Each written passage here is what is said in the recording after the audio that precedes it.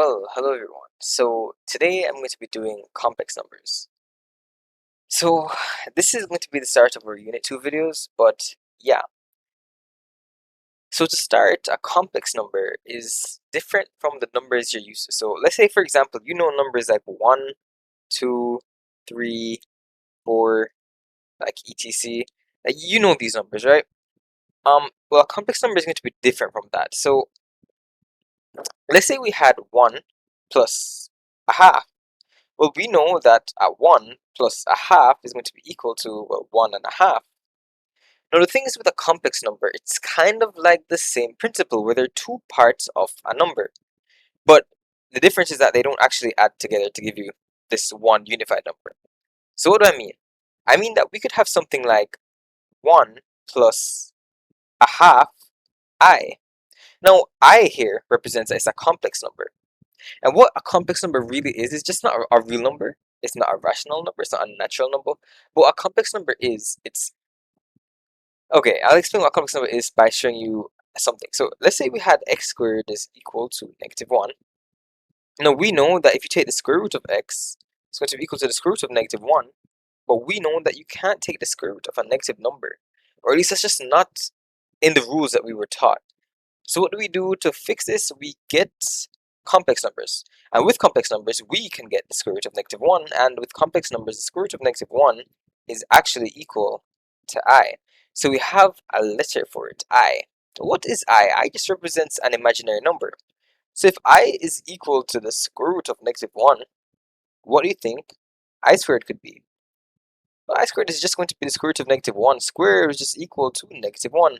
Remember, -1, square root of -1, times the square root of -1. Well, we just have a square root times a square root, which means that we just get the base number as -1. Anyways, this is besides the point. It's just that I is just another way for us to get the square root of -1. And even though it's called an imaginary number, it is very much a real number. You can plot it on certain graphs, and I'll show you argon diagrams later on. But yeah, so you need to know the form of a complex number. So a complex number is normally denoted by z. Why we use z? I don't know. And here's a tip: if you normally write your z's like this, like I used to write them like that, I just recommend to put the extra dash there, because sometimes when you're writing a lot of work, it might kind of look like a 2, and you don't want to get them mixed up. So that's just what I would recommend. Cool. So I don't want to talk about all the different sets and show you all the real numbers, rational numbers, all that stuff, because when I was doing that, it's kind of boring. It's boring. So I'm not trying to really do that. So I'm just going to show you the form of a complex number. So a complex number is z equals x plus I y. Now, what do these things mean? Change my eraser. So what do these things mean? So z is just a complex number, right? That's like saying f of x is equal to x squared plus 4. And that's exactly what we're doing. Okay? It's just that we're saying that this is z, and we're calling it z because it's a complex number. Why we use z, again, I do not know. And we have x, and we have I times y. Now, before I said that I was just used to say that, well, this is the coefficient of a complex number, right? And so if that's the case, well, what does y mean? Sorry, I just recommends that we're dealing with a complex number. It's not the coefficient. The coefficient is y. So looking at this again, we have z is equal to x plus I y. Well, what is x? X is the real component. And what is y? Well, y is just the imaginary component. Okay. So if I gave you something like, let's say I said f of z is equal to 2 plus 3i. What would the real part be, and what would the imaginary part be? Well, the real part would be 2, and we can denote this by saying re of f of z is equal to 2. And what would the imaginary part be? Well, if you said 3i, you would be wrong, because the imaginary part is the part that we're trying to deal with. Is just the coefficient, right? We're just trying to deal with the coefficient of I. So what is a coefficient? If I had 3x squared plus 5, Well, the coefficient of x squared is just the term next to x squared, which is just 3. So in this case, the coefficient of 3i is just 3. And so that's going to be the imaginary coefficient. And so we'll say the imaginary component of f of z is equal to 3. Cool. Now, what could you do with complex numbers? Well, you can do quite a lot. You can do some algebra with them. So let's say we had z is equal to a plus bi, and that's like z1, and we said z2 is equal to c plus di. Okay. Well, how would we add this? If we had z1 plus z2, what would we do to add them? Well, simply we would add the real components. So that's a plus c, and we would also add the imaginary components plus bi plus di. Look at this, you can just factor out the I, so you can factor I, B, plus D. If you don't understand factoring, it's just because if you multiply everything in this bracket by I, you'd get what you just had up here. So to add them, we just add the real part and we add the imaginary part separately. So in this case, if I had z1 is equal to 4 plus 6i, and z2 is equal to 6 plus 8i, well, if I added this z1 plus z2, it's going to be equal to 4, which is the real part, and 6. So we're going to add those two, which is going to be 10, plus the imaginary part, so the sum of both of the imaginary parts. And remember, we're talking about the imaginary coefficient, so it's going to be 8 plus 6, which is just 14 times I. And that's simply all you have to know for addition, and subtraction works the exact same way. Right? Subtraction, there's nothing different about it. You just have to subtract. So I'm not going to go through subtraction because it's just like, well, people never asked that. And if you just had to subtract them, you just subtract the real from the real parts and subtract the imaginary parts. Cool.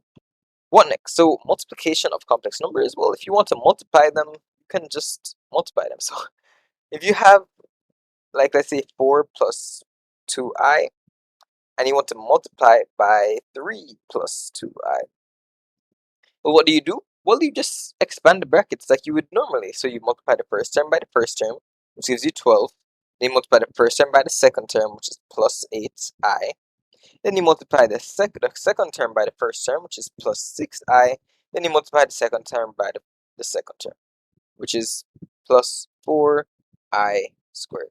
That's going to be equal to 12 plus 8i plus 6i plus 4i squared. Now what can we do? We can simplify like terms. 8i plus 6i is equal to 12 plus 14i plus 4i squared. Now, what do you know about I? Well, we know that I is equal to the square root of -1. So if we take the square of both sides, we know that I squared is just equal to -1. Now, what does that mean? If we have 4 times I squared, that's the same thing as saying 4 times -1. Well, what does that mean? That means that 4i squared is equal to -4. So what does this mean? It means that we'll have 12, so to equal to 12 minus 4, so over here, plus 14i. That's just going to be equal to 8 plus 14i. Cool. Now remember, anything you're doing, you just keep the segregation going. If you have real numbers and you have imaginary numbers, you keep doing what you want to do to each side. So you do the real numbers first, you do with the imaginary numbers second, or do it whichever way you want. But just make sure that you keep them separated, because that's the form of a complex number. Cool. Now, what if I told you that, well, no, I'm not going to tell you, but do you remember from Unit 1, or if I had, let's say, 2 over root 3 plus 1, how could I think it's called rationalize the denominator. Well, to do this, I would have to multiply both the numerator and the denominator by the conjugate of this, right? And so the conjugate of this is going to be root 3 minus 1 over root 3 minus 1. And what changes? The middle value changes right here. And why does it change? Because we want the difference of two squares. Remember, the difference of two squares is a squared minus b squared. And if you look at this, we'll have root 3 times root 3. And then you'll have root 3 times minus 1 plus root 3 times 1 which is just going to cancel out, and you have minus 1 times 1.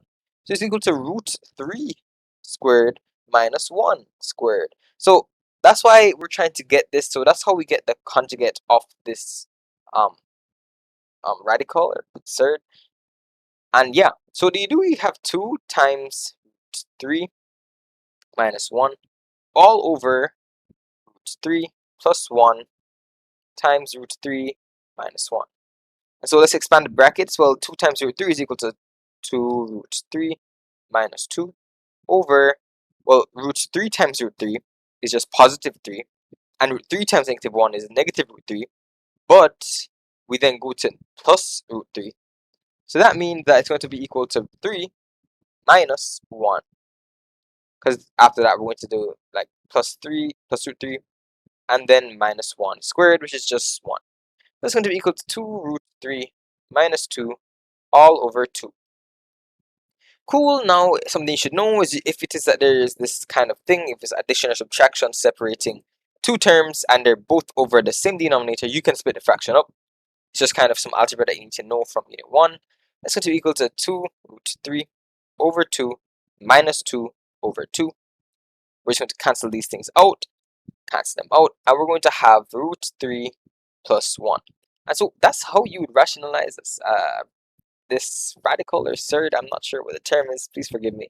But yeah, that's how you do that, right? So why am I telling you this? Well, because a complex number can also have a conjugate. So you should know from the start of this video, I said a complex number follows the form z is equal to x plus I y. Now this also has the form e is equal to a plus b I. So you could use whichever one you want, but I kind of prefer x plus I y, to be honest. And so if we were to have z equals x plus I y, well, what do you know? Well, we know that I just introduced you to something like some rationalizing from surds, from the surds topic, which was chapter 7 in one of the large pure math textbooks. And then I'm telling you this in the middle of complex numbers, right? That's kind of odd. Well, it's not, because complex numbers also have conjugates. Now, if it is, I just explained what a conjugate was, what do you think the conjugate of a complex number would be?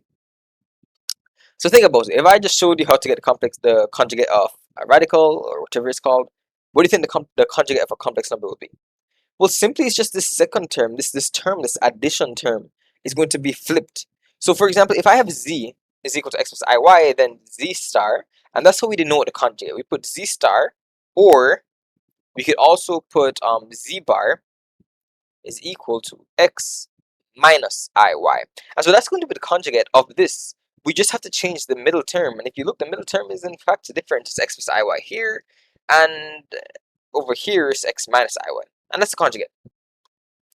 But cool, cool. Like, okay, Hajani, why are you telling me this? Well, you have to know this, because what if you ever wanted to divide complex numbers? So I've showed you how to add. I told you how to divide, how to subtract. Sorry, I didn't show you how to subtract. It was kind of intuitive. I told you how to subtract. I told you how to multiply. It's really, really, really simple so far. But what if I had z1 is equal to, I don't know, 3 plus 2i, and I had z2 is equal to 4 minus 7i. Well, what if I wanted to get z1 over z2? Well, that's going to be equal to z1, which is 3 plus 2i, so it's 3 plus 2i, over z2, which is 4 minus 7i. So if I have this, well, I can't just divide these things, right? I just can't divide them. So that's what we use the conjugates for. We use conjugates to divide complex numbers. So how do we find the conjugate of this? Well, remember, look at the denominator. So always going to start with the denominator. We'll have is equal to 3 plus 2i over 4 minus 7i. And what do we do with the denominator? We try to get it in the form of the difference of two squares, which is a squared minus b squared is equal to a. Oh, it's here. It's here minus b squared. And so what do? We look at the denominator and we find the conjugate of this. So if z2 is equal to 4 minus 7i, well, what's the conjugate of z2? So what's z star? I personally prefer to use the star other than bar, but again, feel free to use whatever you'd like. Well, z2 star is going to be equal to 4 plus 7i. Remember, we're just changing this sign in the center. We change nothing else. Okay, so then we're going to just multiply both the numerator and denominator by this. So we're going to have 3 plus 2i over 4 minus 7i. We're going to multiply times 4 plus 7i over 4 plus 7i.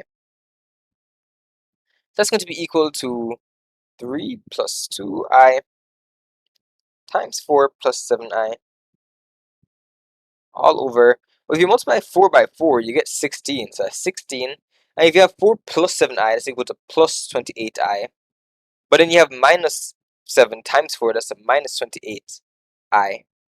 So these two would cancel out, right?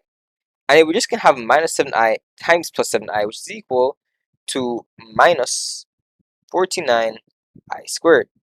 Now it's going to be equal to 16 minus 49i squared. Now by now you should be screaming at me what I squared is equal to. And so if you see that, well, you'll see what's I squared equal to. Well, you know I squared is equal to negative 1 by now because I've kind of been saying it a lot. So if I squared is equal to negative 1, now we have negative 49 like times negative 1. Well, that's just going to mean that negative times the negative is equal to a positive 49. Great. So that means that this 69 is going to be plus 69, and we're going to remove the I. Cool, so that means we're going to have 3 plus 2i over plus 4 plus 7i. Sorry, times 4 plus 7i. Over 69, 16 plus 49 is just, what's that? That's 10, that's 65. Cool. Now let's multiply the numerator. If you still remember how, just multiply the first term by the first term by second term by first term, second term by first term, by second term. Oh my goodness, if you're not understanding, I can understand why. That's kind of confusing. But yeah, just take the first term, multiply it by the first term of the second bracket. Take the first term, multiply it by the second term in the second bracket. Take the first term, multiply it by the first term in the second bracket. And take the second term of the first bracket and multiply it by the first term of the second bracket. I don't know if I said that right, to be honest. But you get what I'm saying. So what we're going to have is we're going to have 3 times 4, which is 12.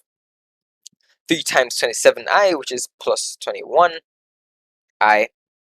Plus 2i times 4, which is 8i.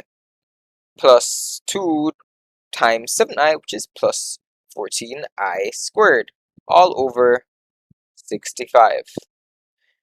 Now let's just add like terms. So we'll have 12 plus 29i plus 14i squared all over 65.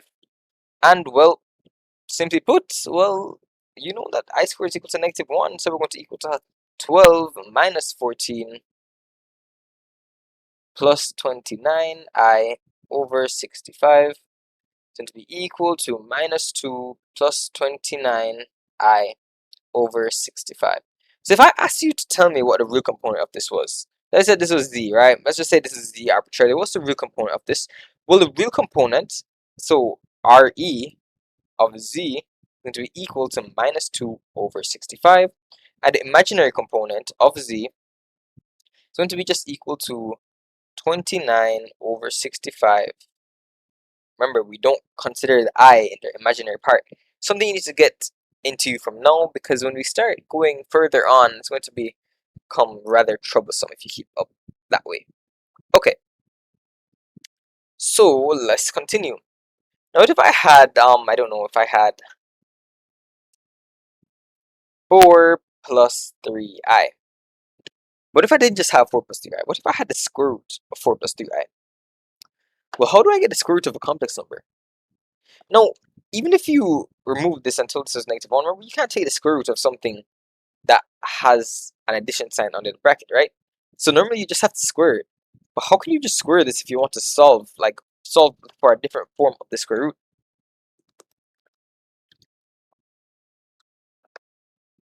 Well, put simply, all you have to say is that this square root of a complex number, well, the square root of a complex number should still follow the form of a complex number. So what is the normal form of a complex number?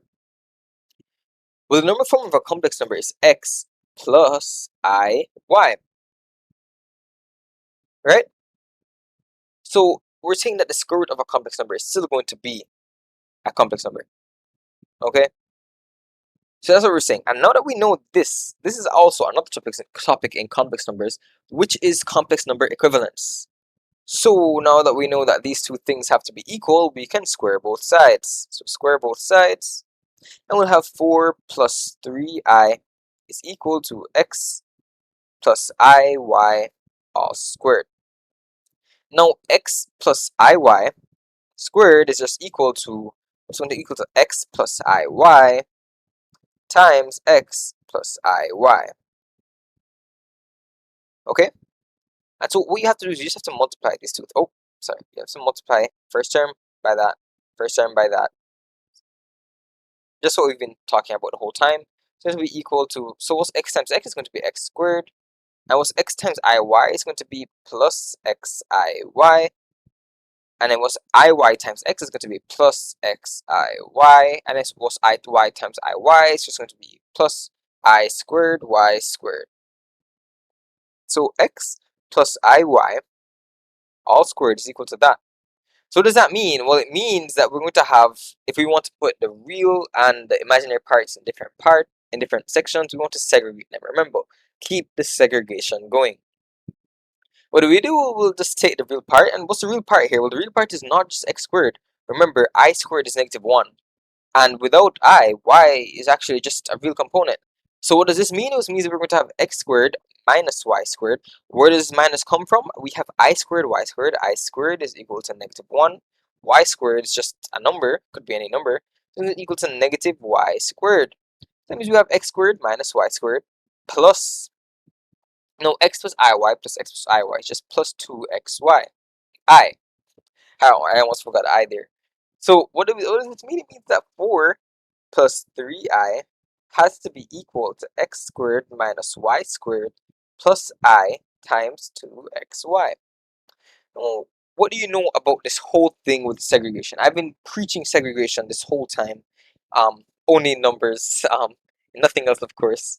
And yeah, what have I been saying? We keep the real numbers together and we keep the imaginary numbers together. So if we're comparing these two things, we're comparing them by saying that they're equal. And if these two things are equal, that means that this 4 should be equal to the real part of this part. So that means 4 should be equal to x squared minus y squared, and 3 must be equal to 2xy. So that means that x squared minus y squared is equal to 4, and 2xy is equal to 3. Now what do we have here? We have a simultaneous equation. What can we do? Well, we can solve for one of the variables and plug them in here because it kind of seems very hard to eliminate. So we're going to just use substitution. So I like to choose y normally because it just makes everything very nice and easy. So let's use y. Let's solve for y. So if we want to solve for y, we'll have xy is equal to 3 over 2 because we divided both sides by 2, right? And if we want to solve for y, y is equal to 3 over 2x. Perfect. So now we know that x squared minus y squared is equal to 4. And if y is equal to 3 minus 2x, we can have x squared minus, in brackets, 3 over 2x all squared equals 4. Now, in doing this, we'll have x squared minus, in brackets, so what's 3 squared? 3 squared is 9 over 2 squared, which is 4x squared, is equal to 4.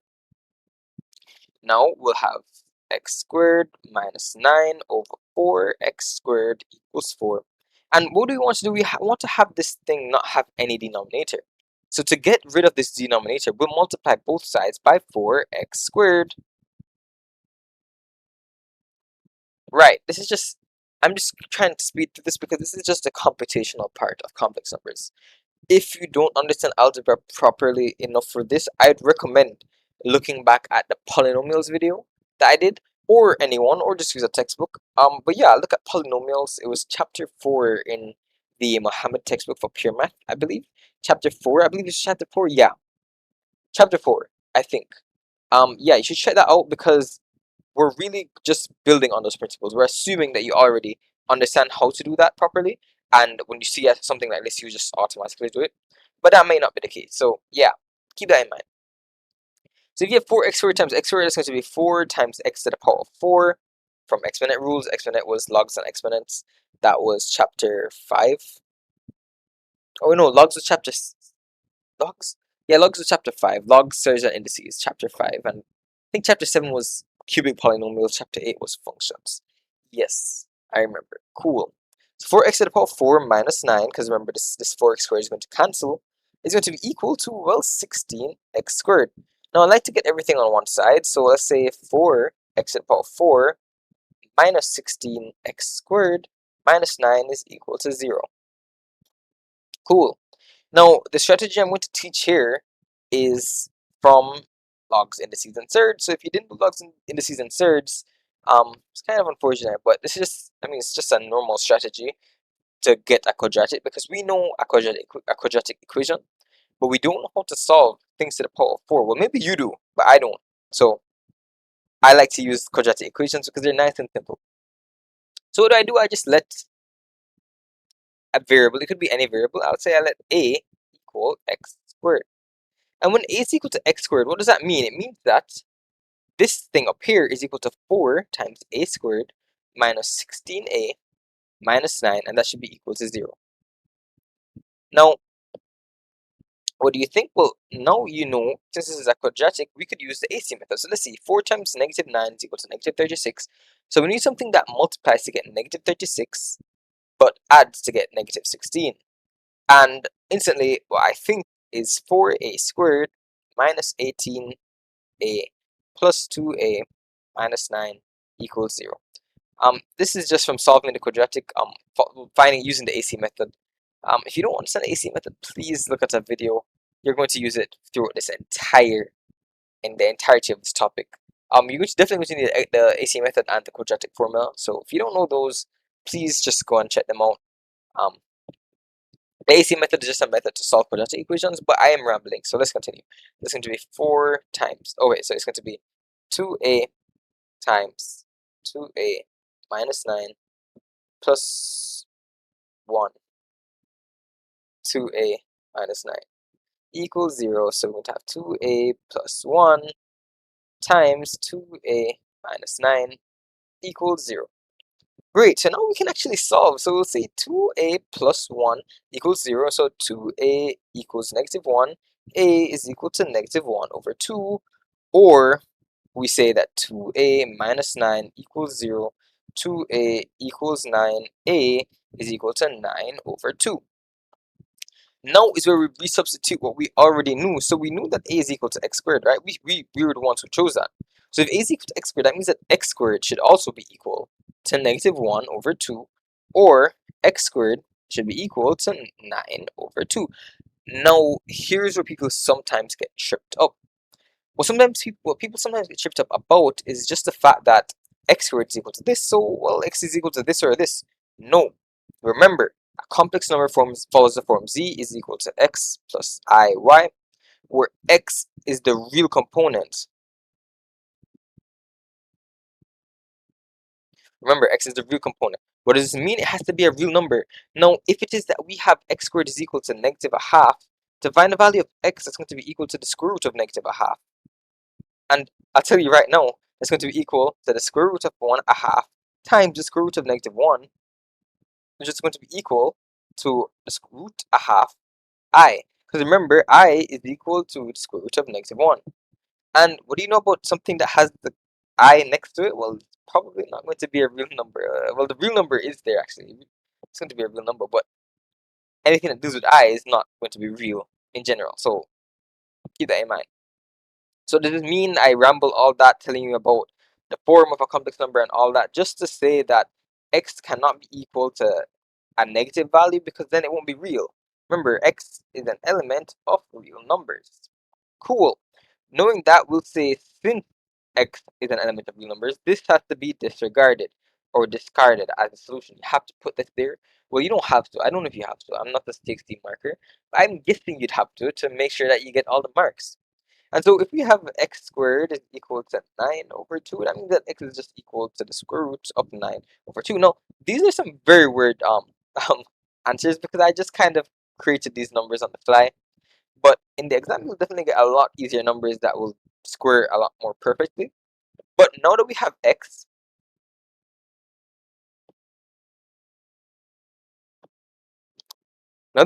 we need to find y. So what's the original equation? Let me try to find that. So the original equation is x squared minus y squared is equal to 4, or 2xy is equal to 3.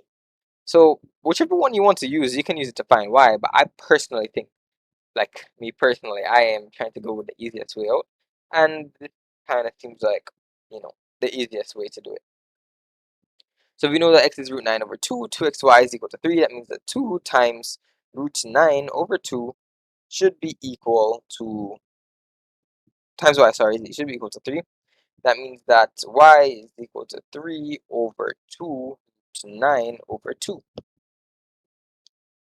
And that's kind of just complex numbers. Like I know you might not get everything right now, but I promise you, if you were to like follow along in like a textbook, I would have just finished like the first half of complex numbers for um Cape Pure Math.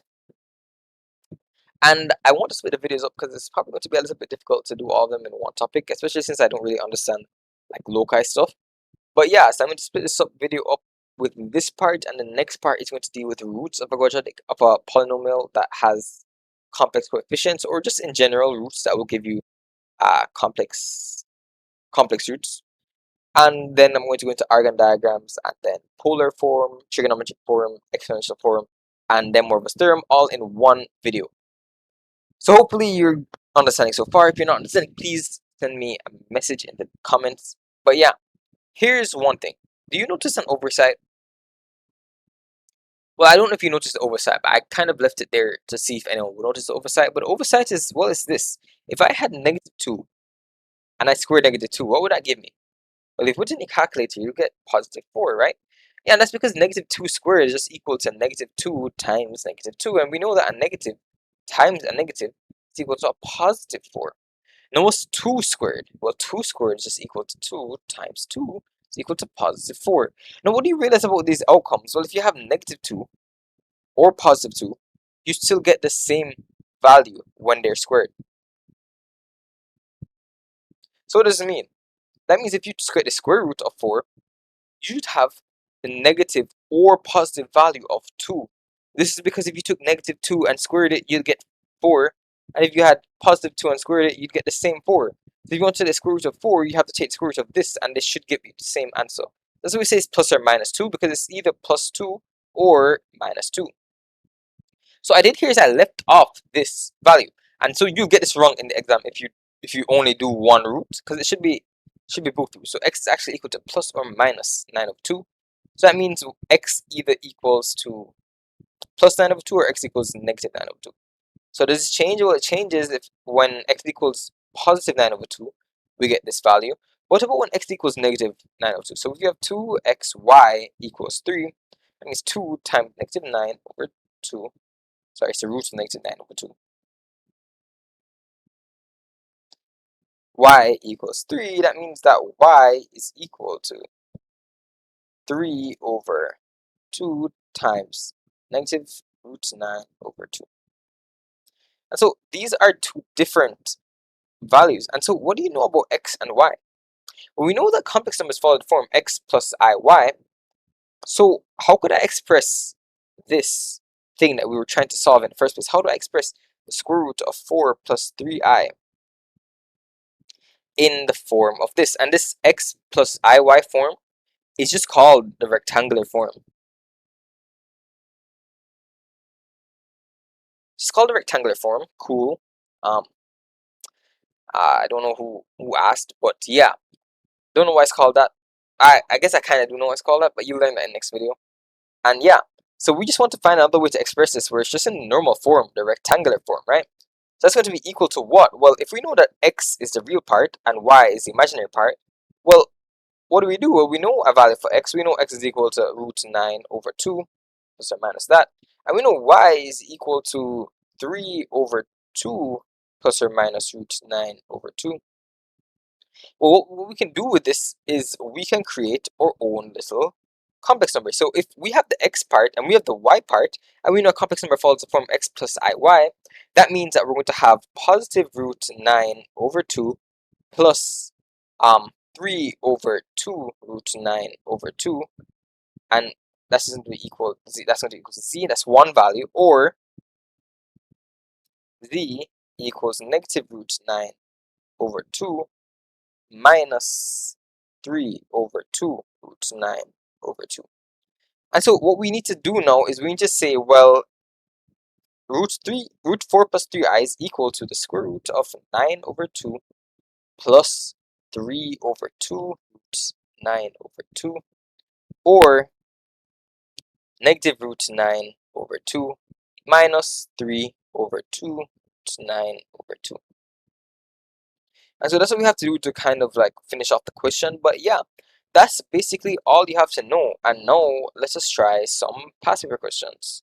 So I have these somewhere in my gallery. Let's see. Oopsie. Yeah, so I have this one. So we have a couple. So I'm going to start with this one. So I made these from like a worksheet I make where I just like kind of put like a bunch of questions together. But yeah. So let's try this complex number, but first I'll let you read the question while I take a sip of water because I've been talking non-stop for 36 minutes and 4 seconds.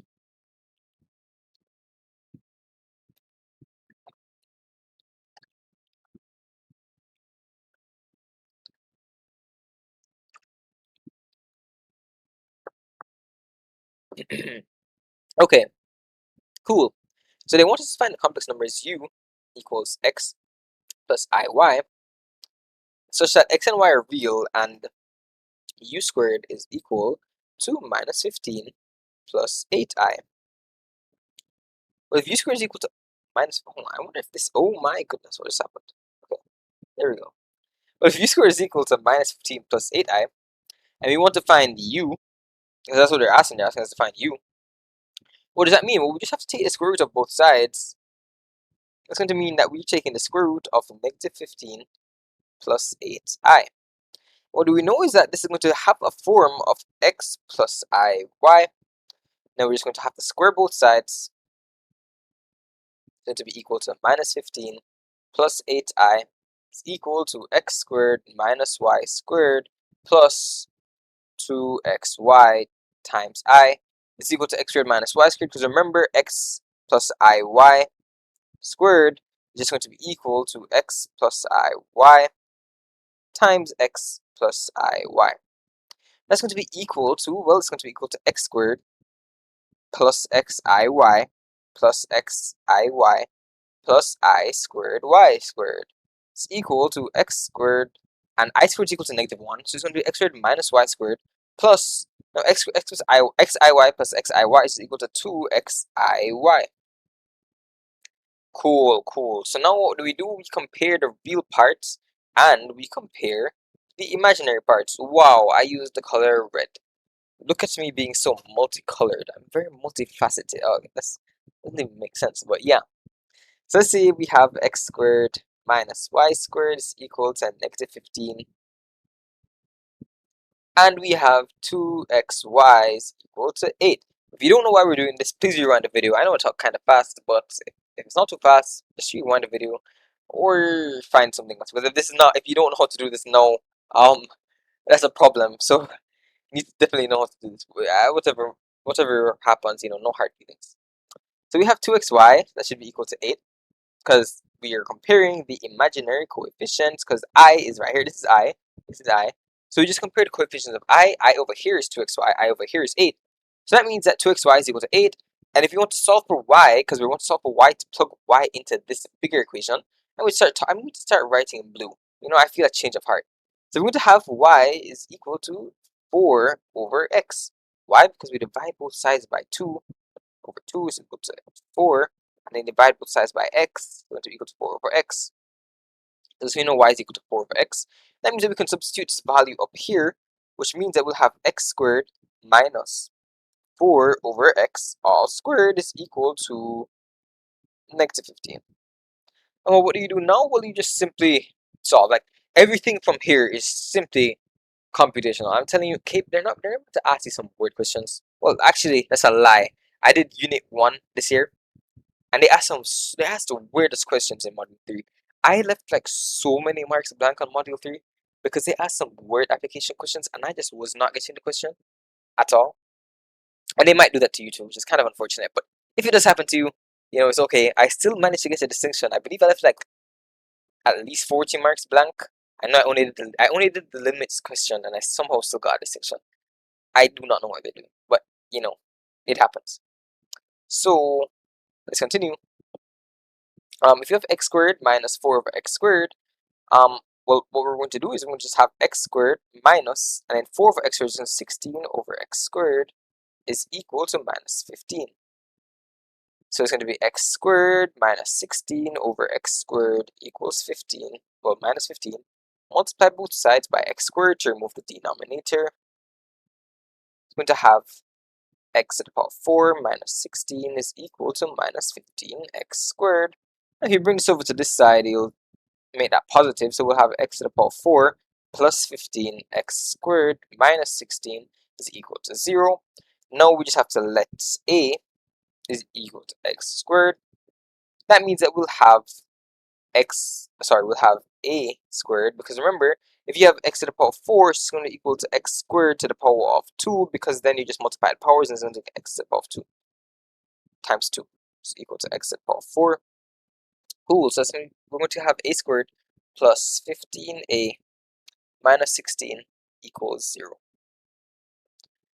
Now, using the AC method, we need to find two numbers that multiply to give negative 16, but add to give positive 15. So I think it's a squared plus 16a minus 1. So it's a squared plus 16a minus a minus 16 equals 0. A times a plus 16 minus 1, a plus 16. And these things should always be the same in these brackets. I don't know if you know that, but they should be the same. If they're not the same, you need to go back and look through that working out, but they should be the same. So we'll have a minus 1 times a plus 16, that should be equal to 0. So you know that a equals negative 1, or a equals positive 1, or a equals negative 16. How do I know that? And that's because the zero product rule. When you have two things being multiplied and they equate to 0, you can just set each of them to 0. So you'd have a minus 1 equals 0, which implies that a is equal to 1. And you also have a plus 16 equals 0, which also implies that a is equal to negative 16. Now remember, what do we set equal to a? We let x equal x, a equals x squared. So that means that x squared is also equal to positive 1, and x squared is also equal to negative 16.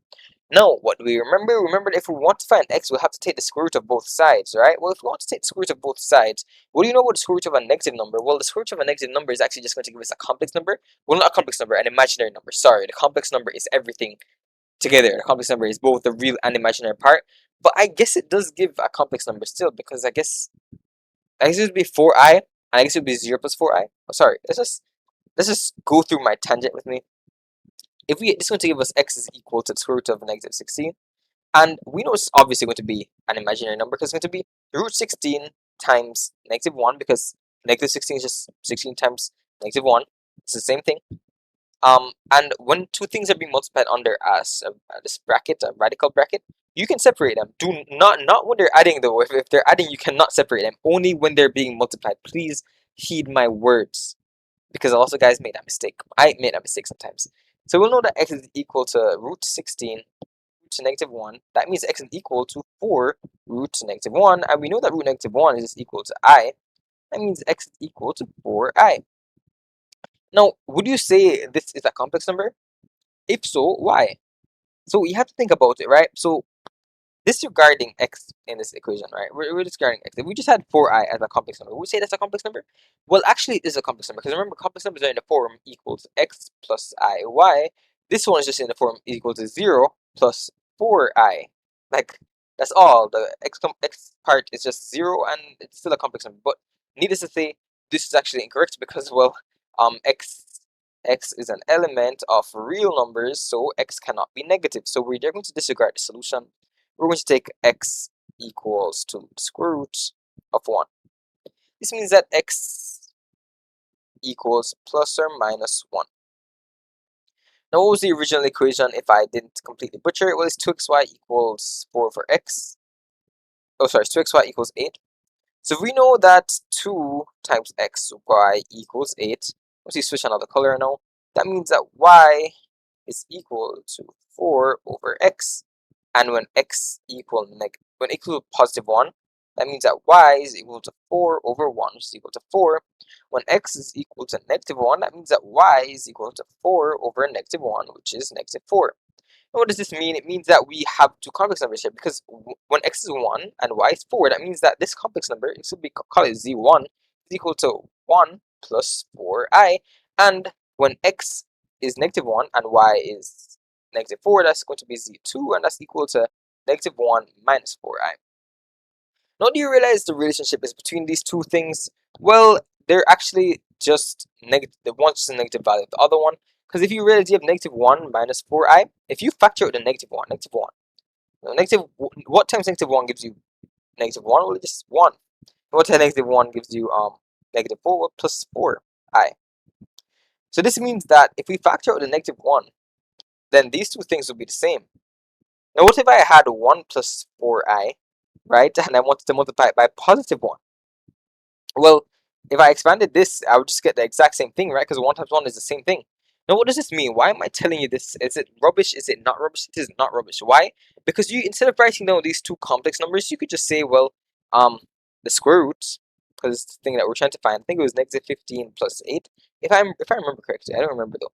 It's something like that though. Is equal to, instead of writing it's equal to 1 plus 4i or negative 1 minus 4i, we could just write this equal to plus or minus 1 plus 4i. Why? Because if we take the positive of this, it's going to be 1 plus 4i. And if we take the negative of this, it's going to be equal to negative 1 minus 4i. Get me? So you get the same thing. You just have to do a lot less writing. And I mean, who doesn't like less writing? So let's look back up. Let me just make sure it was negative 15. Yeah, so it was negative 15 plus 8. And we expressed it in the form u equals x plus iy. They won't mind if the plus or minus is there, but if you feel insecure about that, you can just write them out like this. I used to write them out like that, but then I stopped because too much effort, you know. Let's go. Next question. This is not a question you need to do because sorry, I got the wrong question. But yeah, because that question's not for you because you haven't actually learned how to solve a complex number yet. But here's a hint for our next video. It's just going to deal with normal quadratic equations. So for the next video, before you get to the next video, please learn the quadratic equation, okay? That's all I'm asking. Cool. Let's go. I want to switch my colors again because I feel like a color switch mood. And I'll probably change my style. Like, this style seems cool.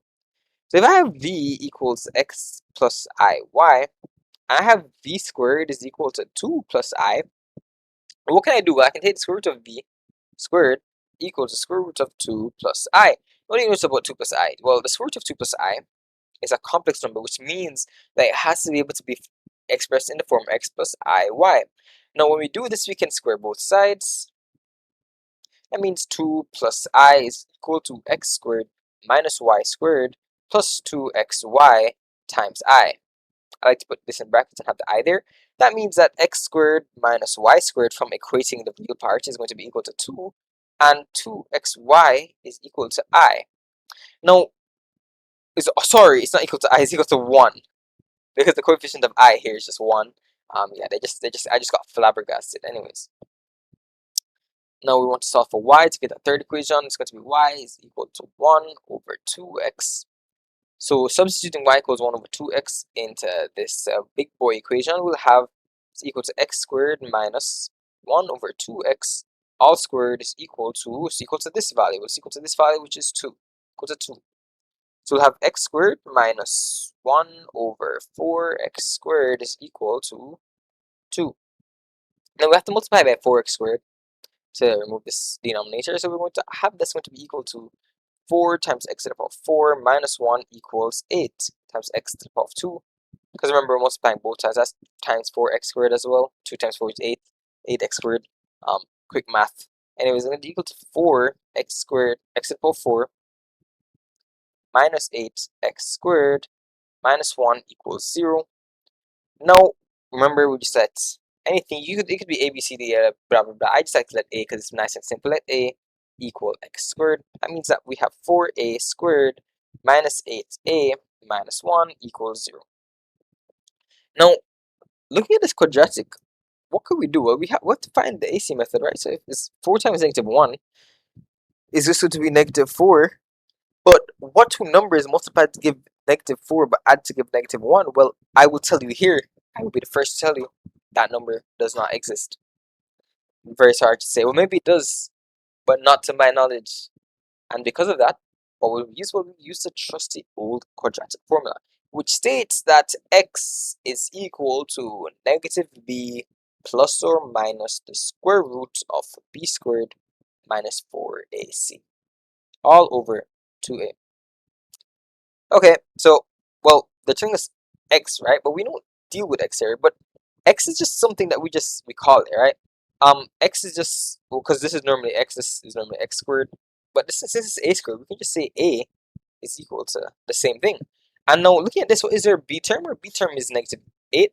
This is because it's on the h to the power of 1. Because, okay, so, sorry to go on a tangent, but x squared plus ax squared plus bx plus c equals 0. We're using this form where b is the coefficient of the thing to the power of 1. A is the coefficient of the thing to the power of the highest power of a quadratic, which is 2. And c is just the thing that doesn't multiply by x at all. So the thing that just multiplies by x, but no x squared, x to the power of 1, is our b value. So looking at that, we know that b is equal to negative of negative 8 plus or minus the square root of, well, b squared is negative 8 squared minus 4 times a in this case is 4 times c, which is negative 1, all over 2 times a, which is 4. It's going to be equal to a is equal to 8 plus or minus square root of 64 minus 16 plus 16, all over 8. So a is equal to 8 plus or minus the square root of 80 all over 8. A equals 8 over 8 plus or minus root 80 over 8. And what can you simplify root 80 times? So remember, if you have something in a square, if you have a times m, this is the same thing as the square root of a times the square root of m, and this is not point, this is a dot product. Just a way to show that we're multiplying. And so root 80, what two numbers multiply to give 80? Well, off the top of my head, if you know your times tables, which I'd recommend to know your timetable for pure math, just know about 1 to 30. That would be pretty helpful, so you don't have to really think about things too hard. So I think I only know 1 to, I don't remember, I don't think I know 1 to 30. I think I know 1 to 27. But yeah, that's going to be equal to the square root of what? 16 times 5. That's going to be equal to the square root of 16 times the square root of 5. And we know the square root of 16 is just 4 root 5. So that means that we're going to have a is equal to 8 over 8 plus or minus. Now, instead of having root 80, we're instead going to have 4 root 5, which is going to be plus or minus 4 root 5 all over 8. That means that a is equal to 1 plus or minus a half of root 5. Now, what I actually forgot what the question asked us to find.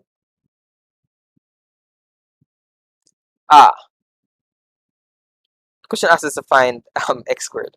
So kind of gone a little crazy, but we know that a is equal to x squared. That means that x squared is equal to 1 plus or minus a half root 5. Now, Hajani, you might say, Hajani, I think your answer is wrong, right? And you'd be semi-right. My answer is not actually wrong, because yeah, it's just not wrong. But it's just not in the form that the question asks us. So I'd always recommend putting it in the form that the question asks us. So we know that this is to be 1 plus or minus root 5 all over 2. So we just want to have the same denominator here. So it's going to be x squared is equal to, well, it's going to be 2 plus or minus root 5 all over. Wait, hold on, actually. I think I'm a little lost. So the LCM is going to be 2, 1, 3. So it's going to be 2 plus or minus. So that goes 1 to 5. Yeah, okay, so x squared is equal to 2 plus or minus root 5 over 2.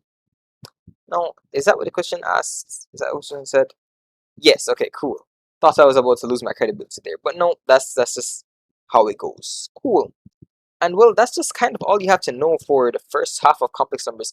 I hope this wasn't too weird for you. I thought it was pretty easy. I think my explanations were semi-decent, except for when I was trying to explain up here. I was trying to explain this up here in my own unique way, but the way it sounded better in my head, I swear. But yeah, please look out for the next video, which will be coincidentally posted right after I take a break and I don't know, eat something. My throat has never talked so much in such a long well, I can't say never now, can I? It hasn't talked so much in such a long time. So yeah, thank you for watching. My handwriting kind of sucks. You can watch the other videos as well. Some of my older videos are kind of low quality though, so wouldn't recommend those. But yeah, hopefully you got something from this. If you did, I'm very glad. If you didn't, better luck next time. But yeah, hopefully you enjoy the rest. Goodbye.